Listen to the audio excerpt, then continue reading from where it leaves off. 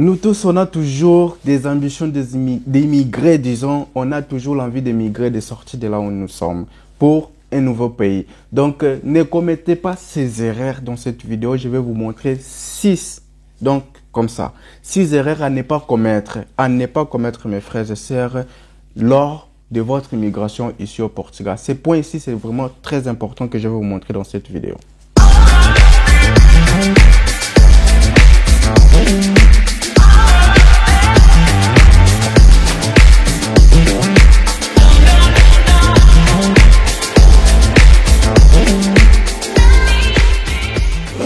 Bienvenue sur notre chaîne J28. Comme vous le savez, toujours on est là pour vous informer. Vous êtes nouveau, vous êtes tombé ici sur cette chaîne. Moi je me présente toujours, je suis Joël et je suis ici au Portugal.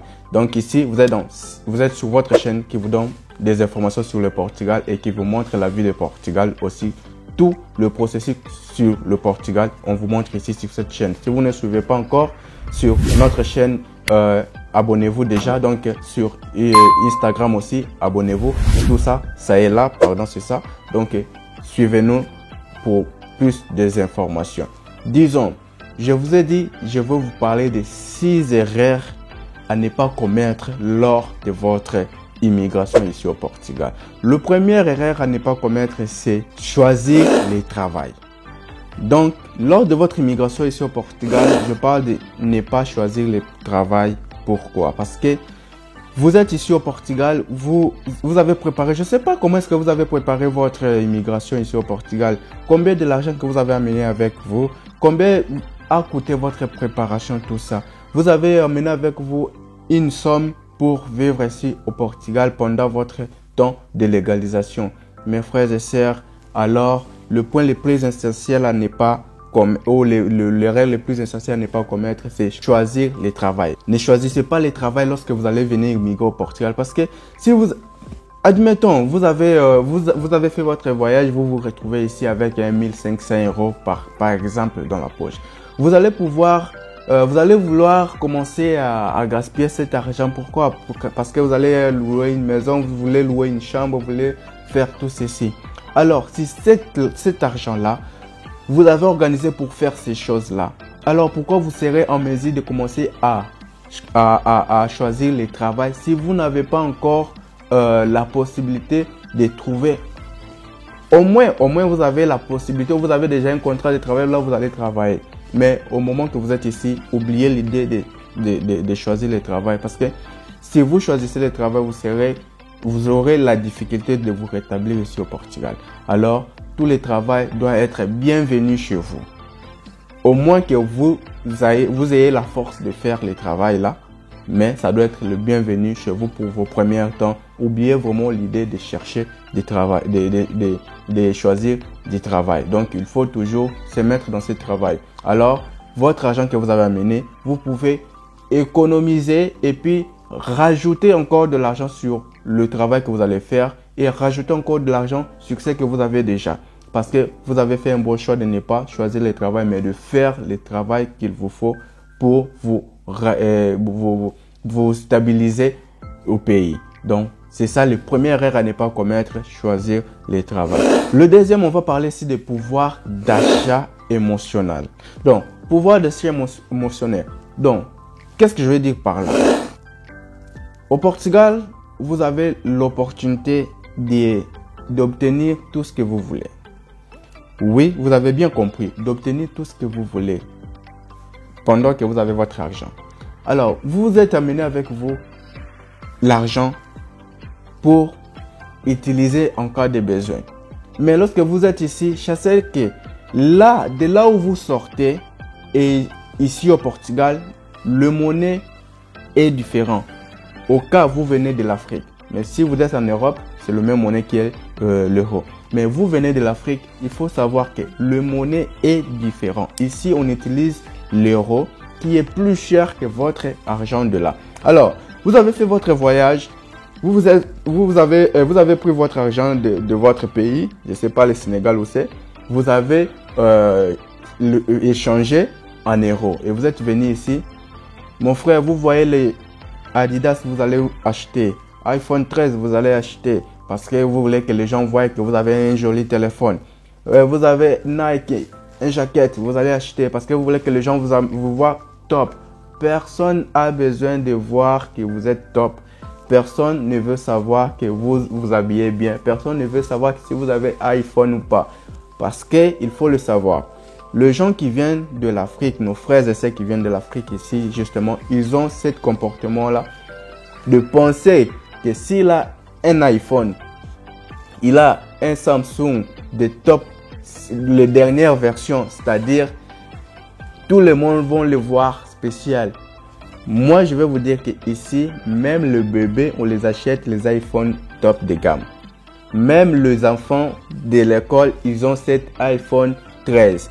Même votre enfant, tout le monde ici a la possibilité d'en avoir et c'est rien, c'est rien, c'est rien.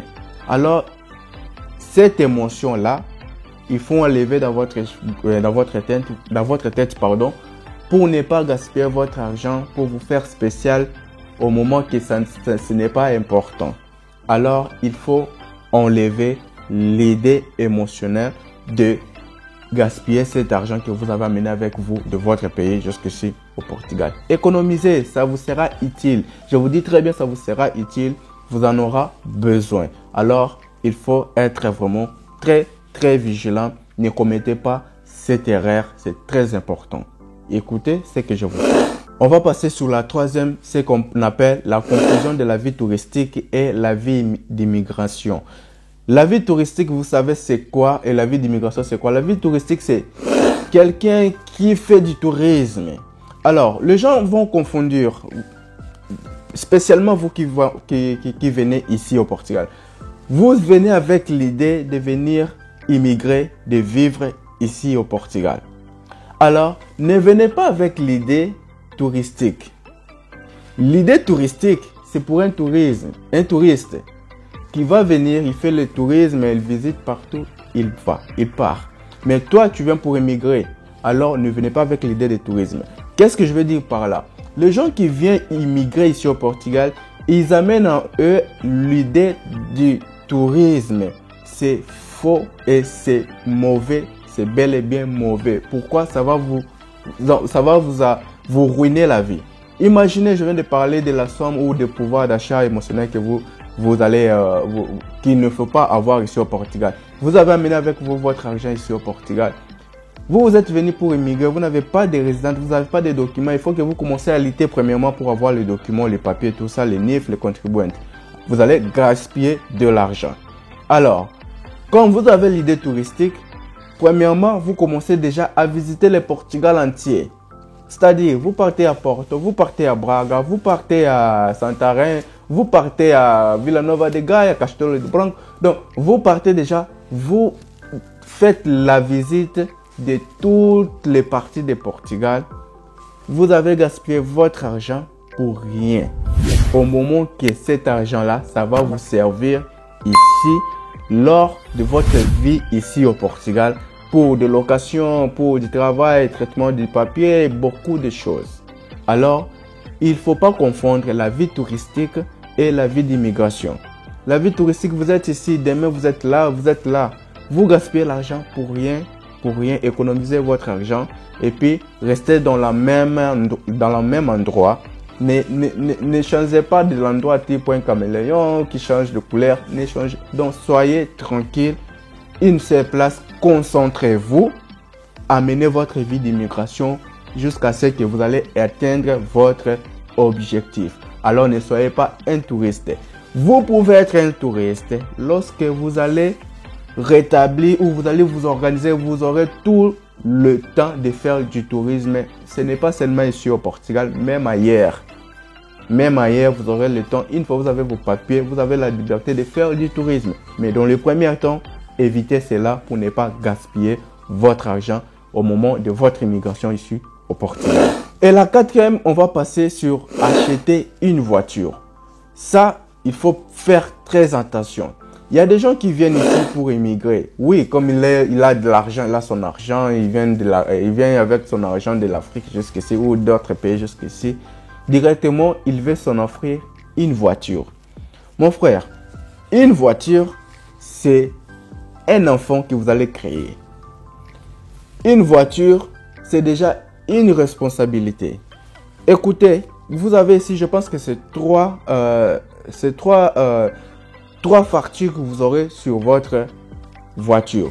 Premièrement, vous allez payer ce qu'on appelle ici au Portugal celle de circulation, c'est-à-dire taxe de circulation.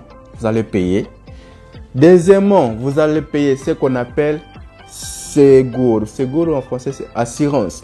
Assurance, on paye chaque mois. Troisièmement, vous allez faire manger votre voiture. C'est-à-dire, il doit manger. Et vous savez c'est quoi manger? Vous allez tout le temps mettre de carburant dans votre voiture. Donc, c'est ça ce que je dis, c'est un enfant. Et ce n'est pas ça. Il y aura des moments où votre voiture va demander parfois des pièces, je ne sais pas. Au cas c'est nouveau, vous pouvez avoir encore du temps pour circuler avec. Mais si c'est comme on dit, occasion d'Europe, vous aurez ces problèmes-là. Alors, 4 factures que vous aurez. Alors, au moment que vous êtes ici pour venir immigrer, pourquoi vous allez vous offrir une voiture? Au moment que vous n'avez pas encore de papier, vous n'avez rien, vous n'avez même pas de travail. Qu'est-ce que vous courez avec qui?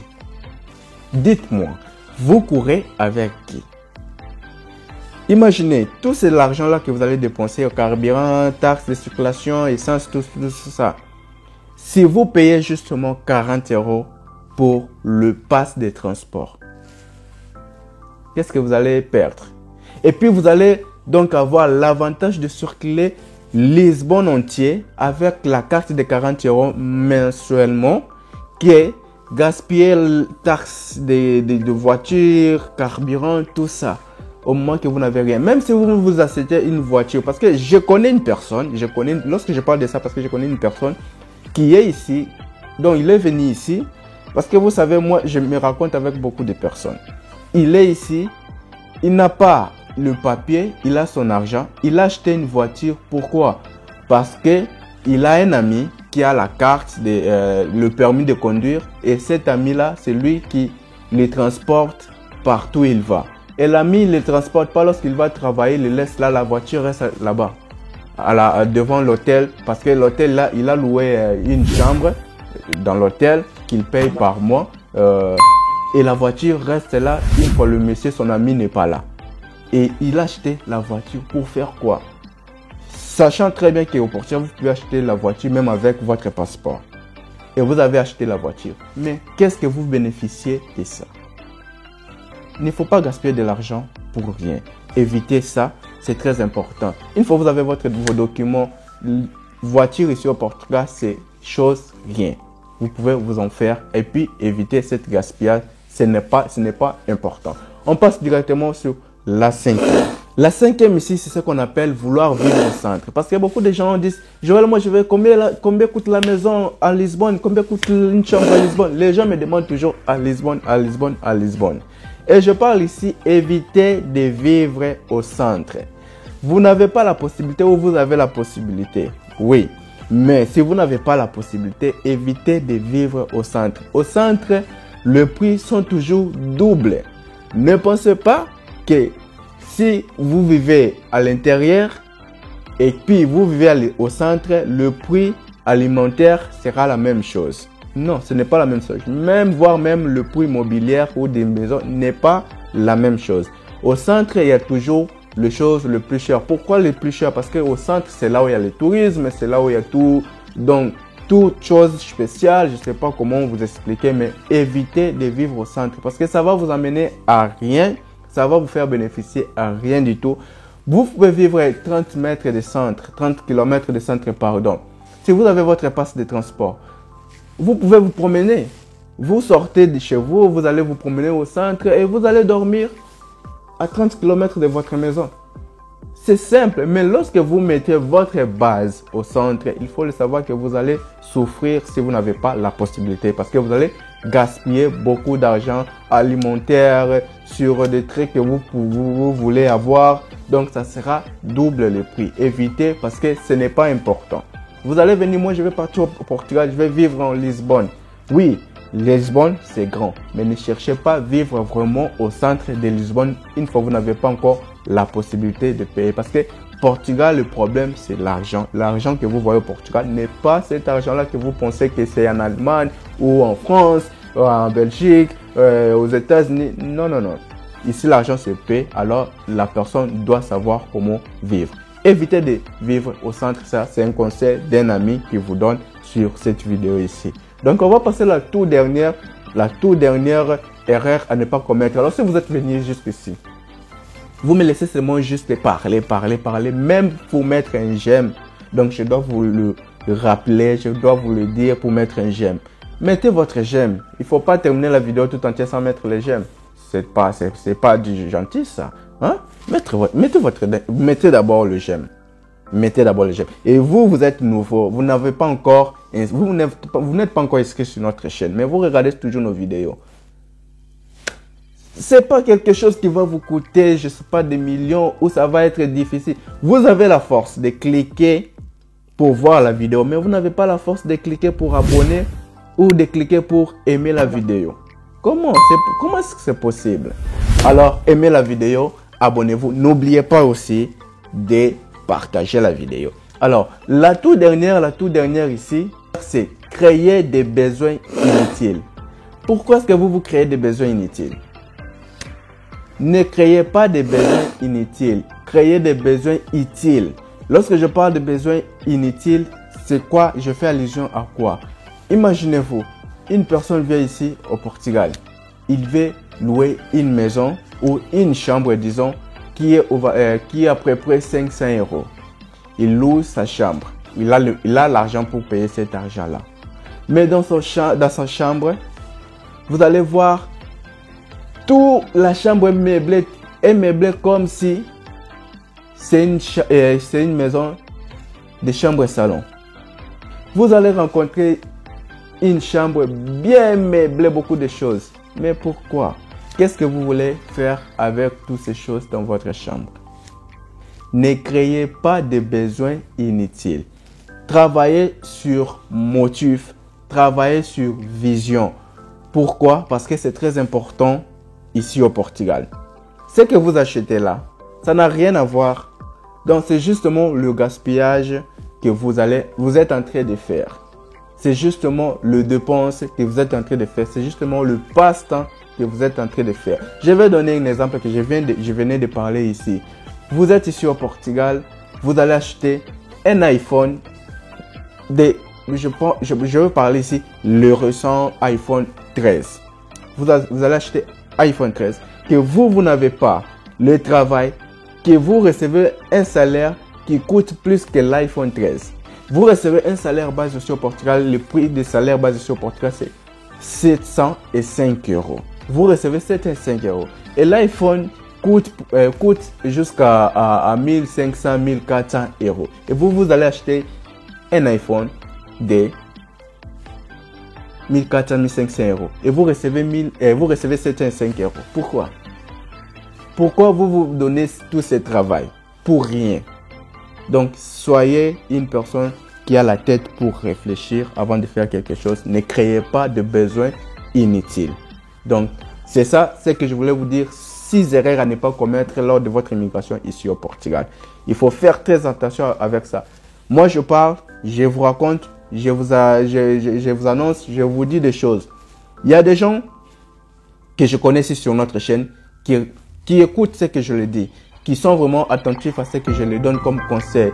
Et il y a d'autres gens qui viennent sur nos vidéos commenter pour dire « Toi, tu es qui ?» Moi, je suis personne, mon frère. Je suis rien du tout. Mon message, je ne force pas personne. Mon message, je n'oblige pas personne. Mais ceux qui sont intéressés doivent faire attention.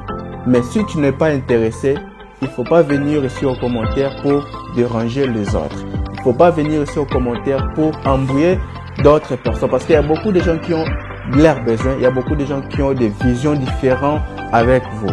Alors, vous avez déjà tout dans votre vie. Vous avez déjà réussi tout. Moi aussi, je n'ai rien du tout. Et mes frères qui me suivent sur le canal ici, sur notre chaîne, n'ont pas encore réussi et n'ont pas encore été satisfaits sur leurs besoins. Alors, on partage avec vous ensemble ces idées-là. Alors, si ces idées que je partage avec mes frères et sœurs ici, ça vous plaît pas, donc ne venez pas embrouiller les autres qui sont ici. Donc le message, c'est à prendre ou à laisser. Si c'est bon, c'est à prendre. Si ce n'est pas bon, c'est à laisser. Donc c'est ça, c'est que moi je pense c'est mieux pour nous ici sur cette chaîne. Donc je vous dis merci d'avoir suivi cette vidéo et puis je vous dis au revoir à la toute prochaine vidéo. Bye.